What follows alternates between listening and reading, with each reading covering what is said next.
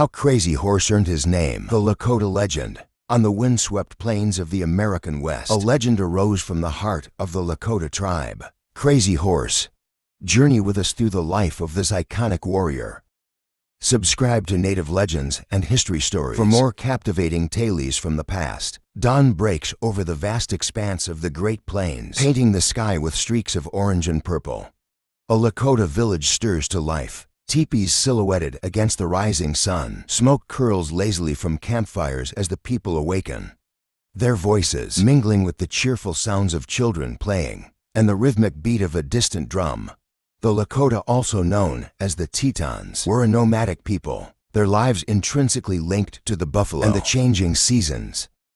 They followed the great herds across the plains, their survival dependent on these magnificent creatures. The buffalo provided them with food, clothing, and shelter, everything they needed to thrive in this challenging environment. Their homes were teepees, conical structures crafted from buffalo hides, stretched over wooden poles. These ingenious dwellings were lightweight and portable, perfectly suited to their nomadic lifestyle.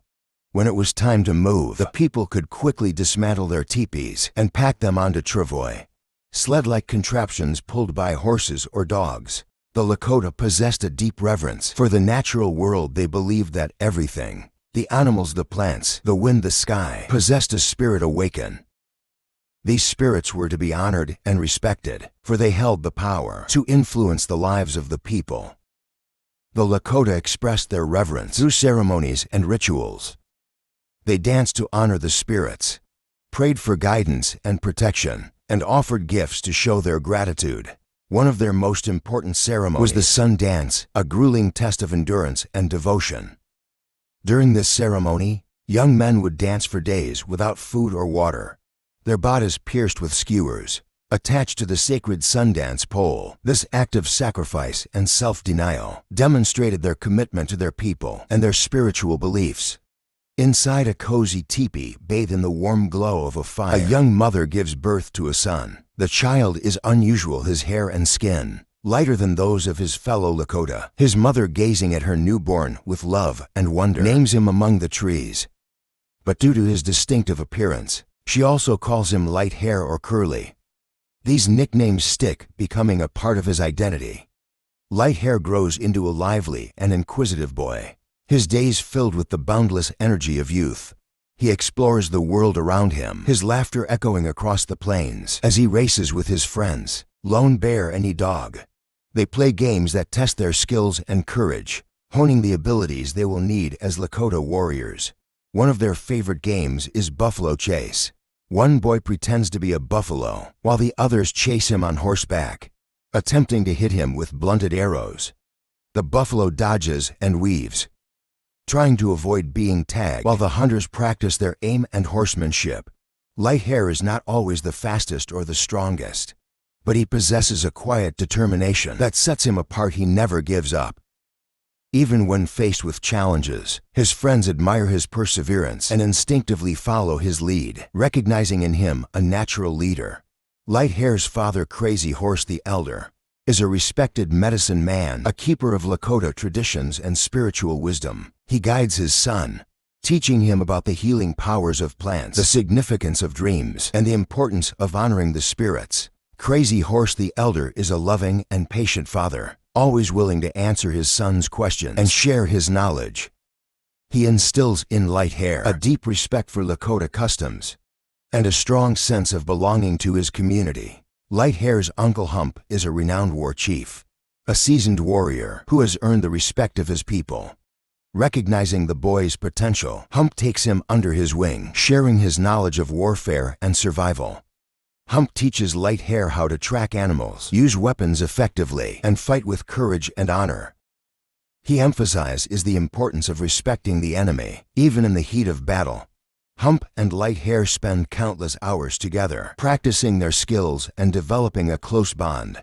Hump sees in Light Hair a quiet strength and a deep connection to the Lakota way of life, qualities that will serve him well in the years to come. As Light Hair grows, he absorbs the wisdom of his elders and the lessons of his environment. He learns the importance of community, the power of tradition, and the delicate balance between humans and nature. These formative experiences mold his character and equip him for the trials that await him on his path to becoming a legend. The tranquility of the Lakota world was shattered in 1854, not by a clash of warriors or a thunderous storm, but by a seemingly trivial incident that ignited a conflict. A lone cow had strayed from its herd and wandered into a Lakota encampment. A young Brule Lakota man, perhaps driven by hunger, perhaps by a youthful impulse, made the fateful decision to kill the animal. The seemingly insignificant act, which would become known as the catalyst for the Grattan Massacre, quickly spiraled out of control when the U.S. Army, led by the determined Lieutenant John Grattan, arrived, demanding justice and retribution. Conquering Bear, a revered Lakota chief, whose wisdom and leadership were respected throughout the tribe, stepped forward to try and resolve the situation. Peacefully, he offered several of their finest horses as compensation for the slain cow, a gesture that demonstrated the Lakota's willingness to make amends and maintain harmony with the newcomers. However, the chasm between the two cultures, coupled with the inflammatory words of a drunk interpreter who may have deliberately distorted the Lakota's message, proved insurmountable. Negotiations collapsed and the soldiers, their rifles gleaming menacingly in the afternoon sun, opened fire. Conquering Bear, the peacemaker, fell to the ground, mortally wounded in the ensuing chaos. The Lakota warriors fought back with fierce determination, and by the time the dust settled, all 30 soldiers lay dead, their bodies scattered across the blood-soaked ground. Light Hair, though still a boy on the cusp of manhood, witnessed the full horror of the Grattan Massacre. The sight of Lakota warriors and soldiers locked in a deadly embrace, the deafening roar of gunfire echoing across the plains, the heart-wrenching cries of the wounded. These images and sounds seared themselves into his young mind, leaving an indelible mark. The senseless violence, the wanton destruction of life, fueled a growing anger within him, a resentment towards the encroaching white settlers and the soldiers who acted as their protectors. But the conflict did not end there. The following year, General William Harney, a hardened military leader known for his ruthlessness, led a retaliatory expedition against the Lakota, seeking to avenge the deaths of Lieutenant Grattan and his men. What Light Hair witnessed during this attack was far more horrific, far more soul-wrenching than anything he had ever experienced before. Harney's troops descended upon a peaceful Lakota village, a place of laughter and community, and transformed it into a scene of unspeakable carnage. Over 80 Lakota, mostly women and children, who had no part in the Grattan Massacre, were brutally slaughtered.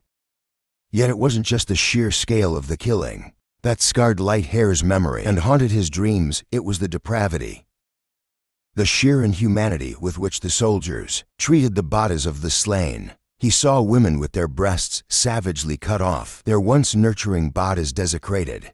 He saw scalps torn from the heads of the dead, trophies of war taken with no respect for the sanctity of life. He saw other acts of mutilation, too gruesome to describe, that violated the Lakota's deep reverence for the human body and the spirit that resided within. The sight of these atrocities filled him with a burning rage, a profound sense of injustice that would forever shape his worldview. The world, once a place of harmony and balance, where the Lakota lived in accordance with the rhythms of nature and the guidance of the spirits, now seemed a place of unimaginable cruelty and senseless violence. These traumatic experiences marked a profound turning point in Light Hair's life. He became more introspective, withdrawing into himself. The carefree laughter of his youth, replaced by a quiet determination, a steely resolve that hardened his gaze and settled upon his young shoulders. The playful boy who once chased buffalo across the vast plains with his friends was now a young man, his spirit burdened by the weight of his people's suffering, his heart heavy with the knowledge of the white man's capacity for cruelty. Seeking solace, guidance, and understanding in the wake of these tragedies, Light Hair embarked on a vision quest, a sacred ritual that had been practiced by the Lakota for countless generations. He ventured alone into the wilderness, leaving behind the familiar comforts of the village and the warmth of his family's teepee. He fasted, denying his body sustenance, and he prayed, his voice rising to the heavens, seeking a connection with the spirits. a vision that would illuminate his path forward and give meaning to the suffering he had witnessed. For days he wandered the hills and valleys, his bare feet treading upon the sacred earth, his mind focused on the task at hand. And then, as the sun dipped below the horizon on the third day, a vision came to him.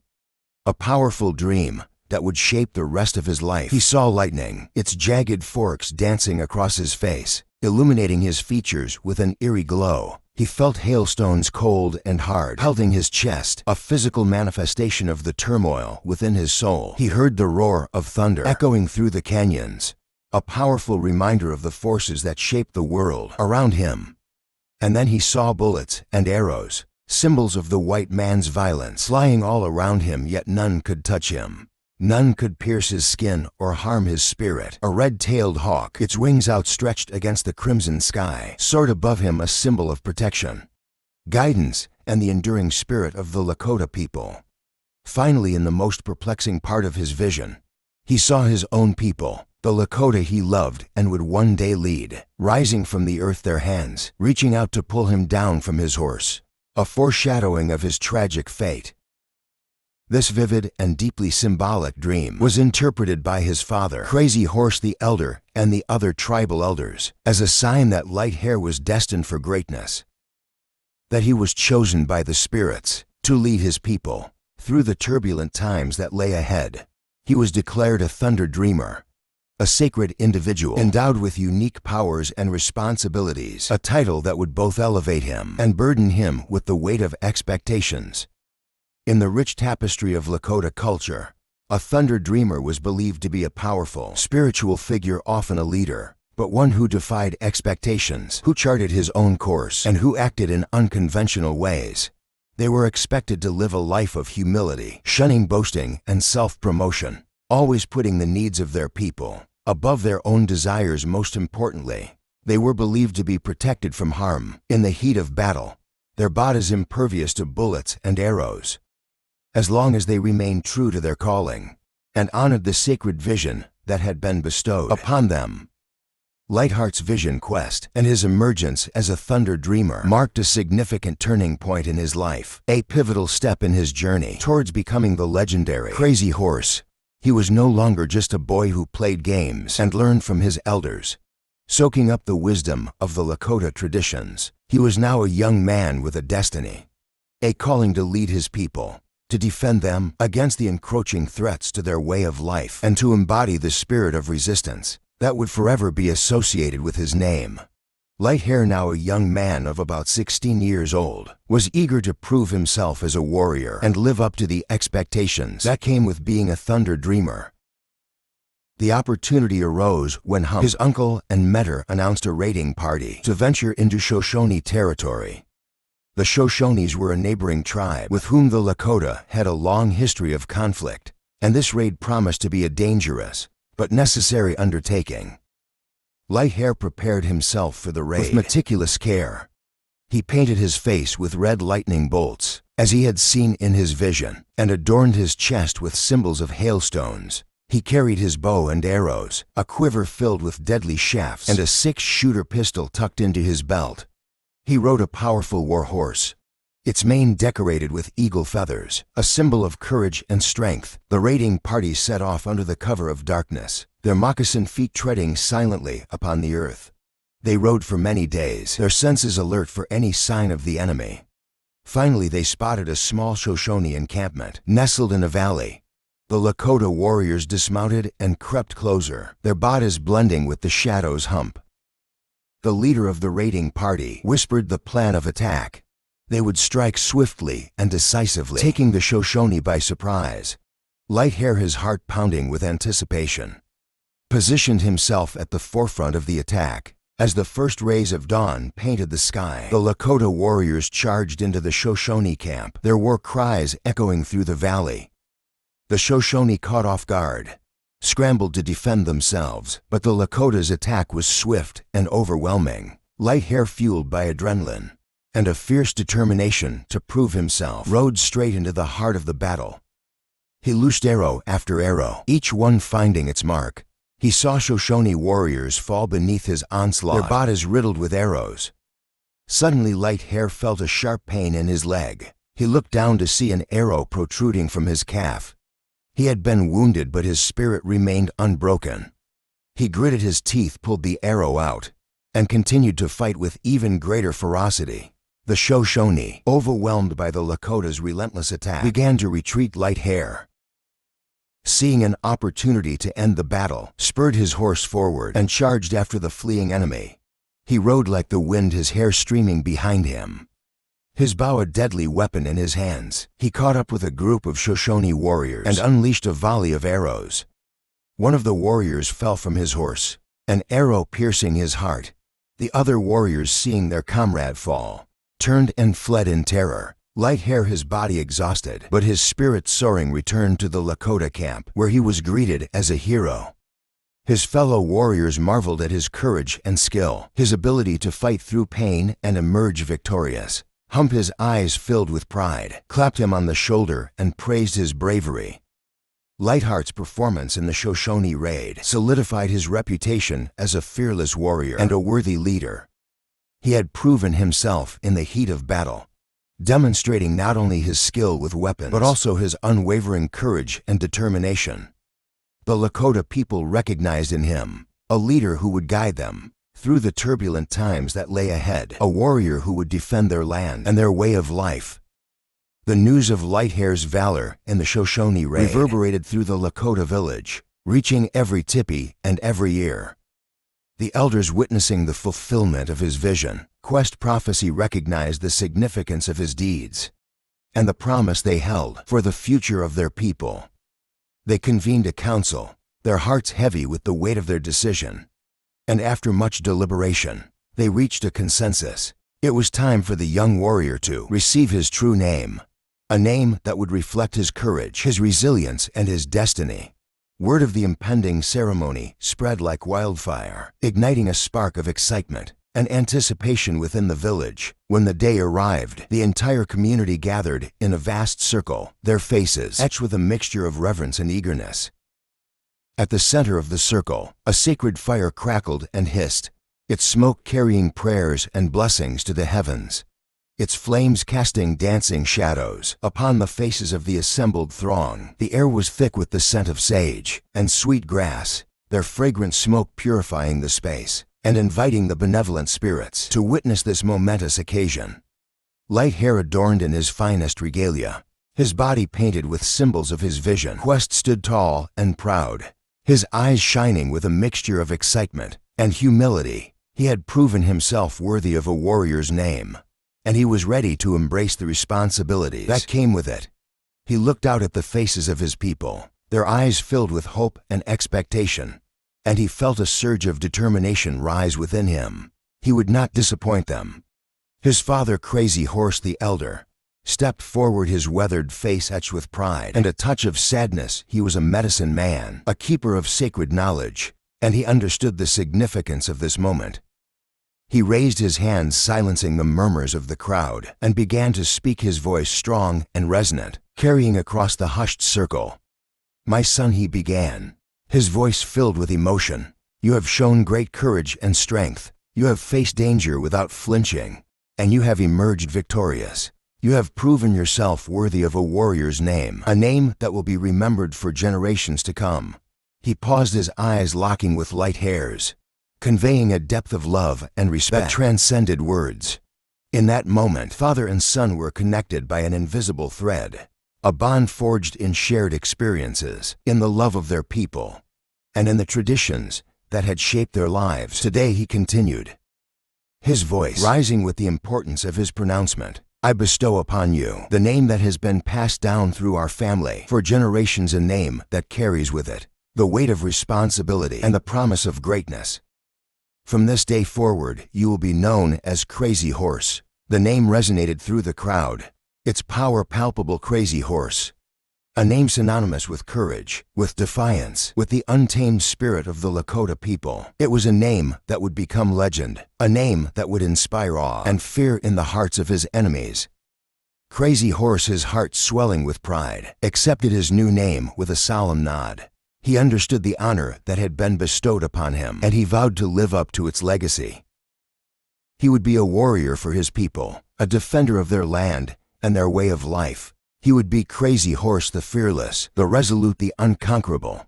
In a final act of humility and respect, Crazy Horse the elder then relinquished his own name, adopting the humble moniker of Worm. This symbolic gesture demonstrated his deep love for his son